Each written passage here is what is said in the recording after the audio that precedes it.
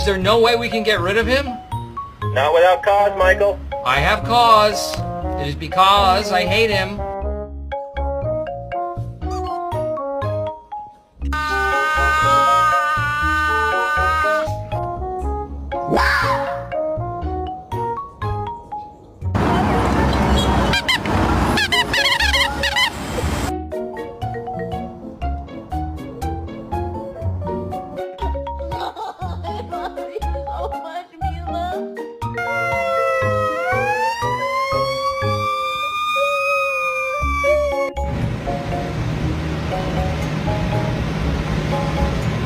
Ha ha ha!